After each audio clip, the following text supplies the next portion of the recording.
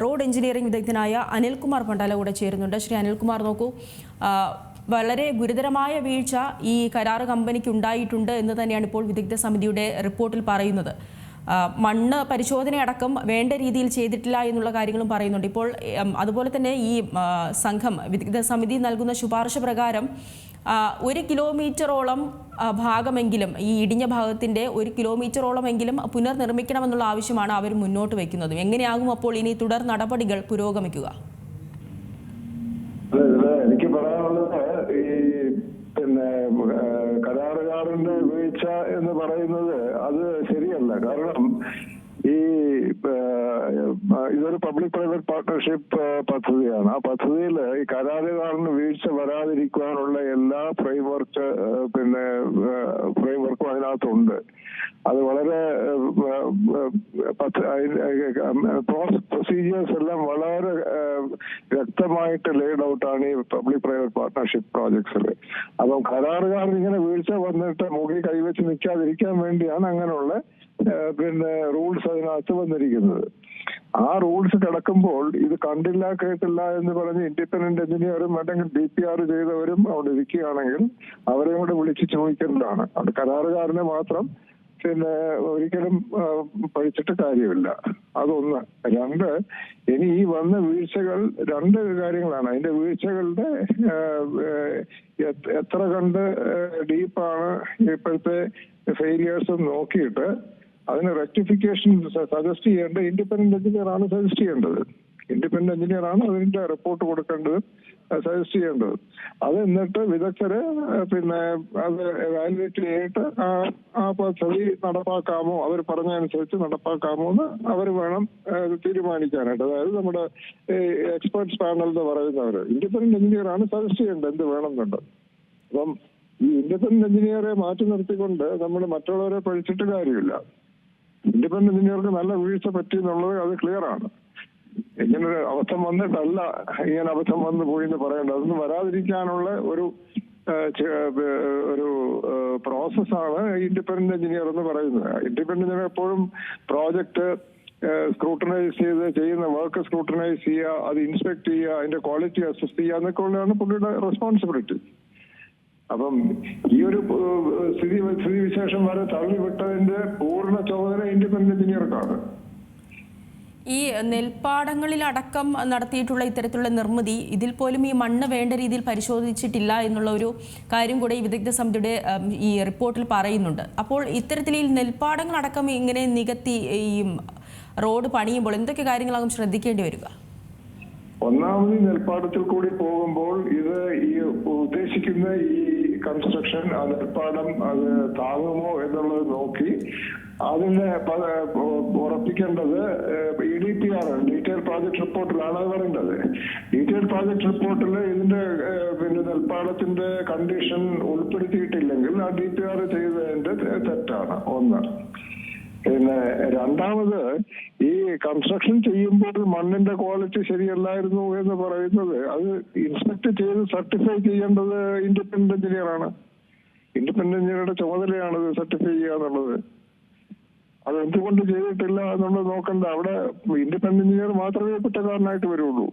കാരണം independent engineer ഇങ്ങനെയുള്ള പ്രശ്നങ്ങൾ വരാതിരിക്കാനാണ് അങ്ങനെ ഒരു സംവിധാനം അവർ ഏർപ്പെടുത്തിയിരിക്കുന്നത്. അതിവിടെ മാത്രമല്ല, എല്ലാ PPP പ്രോജക്റ്റിലും അതുണ്ട്. കാരണം പബ്ലിക് മണിയാണ് ഇവിടെ ഇൻവെസ്റ്റഡ് ആകുന്നത്. ആ പബ്ലിക് മണിക്ക് അക്കൗണ്ടബിലിറ്റിക്ക് വേണ്ടിയിട്ടാണ്, അക്കൗണ്ടബിലിറ്റി കറക്റ്റായിട്ട് ഡിസ്ചാർജ് ചെയ്യാനും വേണ്ടിയിട്ടാണ് ഈ ഒരു ഫ്രെയിംവർക്ക് അതിനകത്ത് വന്നിരിക്കുന്നത്. അപ്പൊ മണ്ണിട്ട് ശരിയായില്ല എന്ന് പറഞ്ഞു കഴിഞ്ഞാൽ ഇത് മറന്നു കിടന്ന് തുപ്പുന്നതിന് തുല്യമാണത്. അപ്പൊ ഇൻഡിപെൻഡന്റ് എന്തുകൊണ്ട് ലാഘവത്തോടുകൂടി എടുത്തു എന്നുള്ളതാണ് ഇൻവെസ്റ്റിഗേറ്റ് ചെയ്യേണ്ടത്. അതിന്റെ ഇൻഡിപെൻഡന്റ് എഞ്ചിനീയറുടെ പുറത്ത് ഒരുപാട് പ്രഷേഴ്സ് വരും. ആ പ്രഷേഴ്സിന് അവർ സക്കം ചെയ്യാതിരിക്കുക എന്നുള്ളതാണ്. അതിന് പല പ്രഷേഴ്സും ലോക്കലായിട്ട്, പ്രത്യേകിച്ചും ലോക്കൽ നേതാക്കന്മാരുടെ ഒരുപാട് ഇൻഫ്ലുവൻസസ് വരും. അത് ശക്തിയോടുകൂടി നിൽക്കണം. അത് പറ്റില്ല എന്ന് പറയുന്നത് കാരണം ടെക്നിക്കൽ റിക്വയർമെന്റ് ആണ്. അതുകൊണ്ട് നമുക്ക് ഇതിൽ നിന്ന് വിട്ടുവീഴ്ച ചെയ്യാൻ പറ്റില്ല എന്ന് പറഞ്ഞ് നിൽക്കണം. ഇപ്പൊ ഞാനിപ്പോ എന്താ പറയണ്ട, അസ്യൂം ചെയ്യുകയാണ് ഈ മണ്ണ് കിട്ടുള്ളൂ, ഇത് വെച്ചിട്ടാ മതിയോ, കുഴപ്പമൊന്നുമില്ല, അതങ്ങ് കണ്ണടച്ചാൽ മതി, കുഴപ്പമില്ല എന്നൊക്കെ പറഞ്ഞാൽ അതൊന്നും കേൾക്കാൻ പറ്റില്ല. ഇപ്പം ഇൻഡിപെൻഡന്റ് മാത്രമേ ഇതിന് ഉത്തരവാദിയാവുള്ളൂ. ഈ ഒരു സാഹചര്യത്തിൽ ഇപ്പോൾ ഈ സംസ്ഥാന സർക്കാർ ഈ സ്ഥലം ഏറ്റെടുത്ത് നൽകുക മാത്രമാണ് ഈ ഒരു കാര്യത്തിൽ ചെയ്തതെന്ന് ഇപ്പോൾ വ്യക്തമായിരിക്കുകയാണ്. ഈ ഒരു ഘട്ടത്തിൽ ഈ കമ്പനികൾ മുൻകൈയെടുത്ത് ഈ കരാറ് നടത്തിക്കൊണ്ട് പോകുന്നതിനിടയ്ക്ക് ഈ സംസ്ഥാനവും ഇതിൽ കൂടുതൽ മുൻഗണന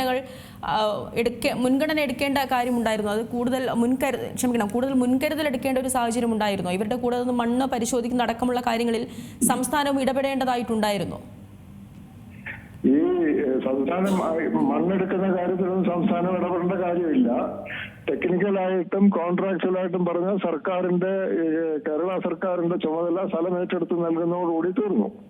പക്ഷേ ഇൻഡയറക്റ്റ് ആയിട്ട് പരോക്ഷമായിട്ട് പല കാര്യങ്ങളിലും സർക്കാർ ഇടപെടും. ആ ഇടപെടല് പലപ്പോഴും ഗിവ് ആൻഡ് ടേക്ക് എന്നുള്ളൊരു പോളിസിയിൽ ചിലയിടത്തൊക്കെ കണ്ണടയ്ക്കും, വലിയ കുഴപ്പമില്ലാത്ത സ്ഥലങ്ങളിലൊക്കെ.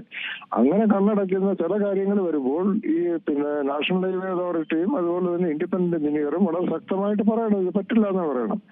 ഇത് എനിക്ക് അനുമാനിക്കാൻ കഴിയുന്ന ഇത്രയേ ഉള്ളൂ. ഈ മണ്ണ് ഇത് കുഴപ്പമില്ല, ഇത് മതി.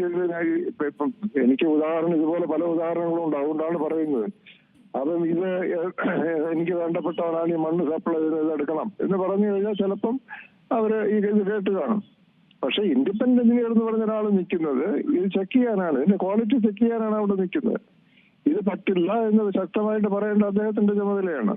അദ്ദേഹം എന്തുകൊണ്ട് പറഞ്ഞില്ല എന്നുള്ളത് വേണം നോക്കാനായിട്ട്. നമ്മള് ഇത് പോസ്റ്റ്മോർട്ടം അനലൈസ് ചെയ്യുകയാണെങ്കിൽ അതാണ് ചെയ്യേണ്ടത്.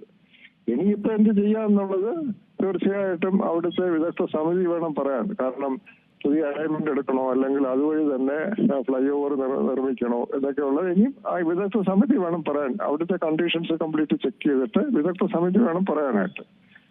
അതുപോലെ തന്നെ ശ്രീ അനിൽകുമാർ നോക്കൂ, ഇപ്പോൾ ഇത്രയും നാൾ ഉണ്ടായിരുന്നത് ഈ ദേശീയപാത എത്രയും വേഗം തുറന്നു നൽകണം എന്നുള്ളൊരു കാര്യം മാത്രമായിരുന്നു. എന്നാൽ ഈ ഒരു ദേശീയപാത ഇടിഞ്ഞതോടെയാണ് ഇതിൻ്റെ സംരക്ഷണത്തെക്കുറിച്ചും അല്ലെങ്കിൽ ഇതിൻ്റെ സുരക്ഷയെക്കുറിച്ച് അടക്കമുള്ള ചർച്ചകൾ സജീവമാകുന്നത്.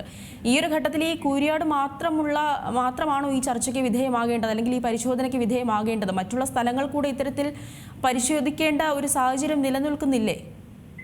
തീർച്ചയായിട്ടും ഇത് വേറൊന്നും കൂടെ എനിക്ക് പറയാനുണ്ട്. ഈ നമ്മൾ ഓരോ കിലോമീറ്ററും കംപ്ലീറ്റ് ചെയ്യുമ്പോൾ പിന്നെയും അവിടെയും ഇൻഡിപെൻഡന്റ് എഞ്ചിനീയർ വന്നിട്ട് കോർ കട്ട് ചെയ്തിട്ട് കോർ ടെസ്റ്റ് ചെയ്യണം.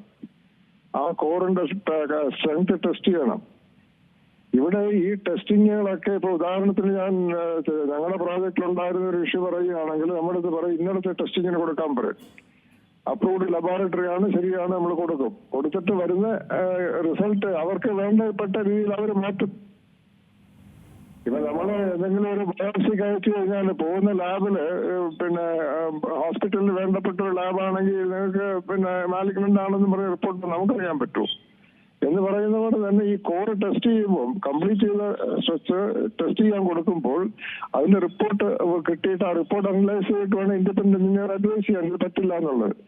അപ്പം ഇപ്പം ഈ മൊത്തത്തിൽ ഇങ്ങനെ ഒരു ക്രാക്കുകൾ അവിടെ ഇവിടെ വരികയാണെങ്കിൽ തീർച്ചയായിട്ടും എല്ലായിടത്തെയും ഇപ്പം നമുക്കത് കിറാമുട്ടിയൊന്നും അല്ല, എല്ലാ കംപ്ലീറ്റ് സ്ട്രക്ചേഴ്സിന്റെ ഓരോ കിലോമീറ്റർ ഇടവിട്ടിട്ട് കോറ് കട്ട് ചെയ്ത് ടെസ്റ്റ് ചെയ്യണം, അതിന്റെ സ്ട്രെങ്ത് ടെസ്റ്റ് ചെയ്യണം, മണ്ണിന്റെ സ്ട്രെങ്ത് ടെസ്റ്റ് ചെയ്യണം. ടെസ്റ്റ് ചെയ്തിട്ട് പ്രോബ്ലം ഉള്ളിടത്ത് നമുക്ക് റിപ്പയർ ചെയ്യാം, കുറെയൊക്കെ റിപ്പയർ ചെയ്ത് പോകാവുന്നതേ ഉള്ളൂ.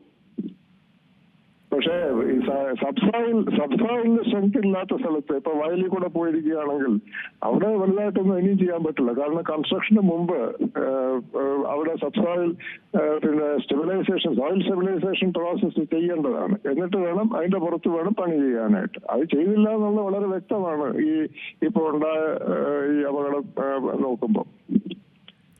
ശരി, വളരെയധികം നന്ദി ശ്രീ അനിൽകുമാർ പൊണ്ടാല ഈ ഒരു ഘട്ടത്തിൽ പ്രതികരിച്ചതിന്.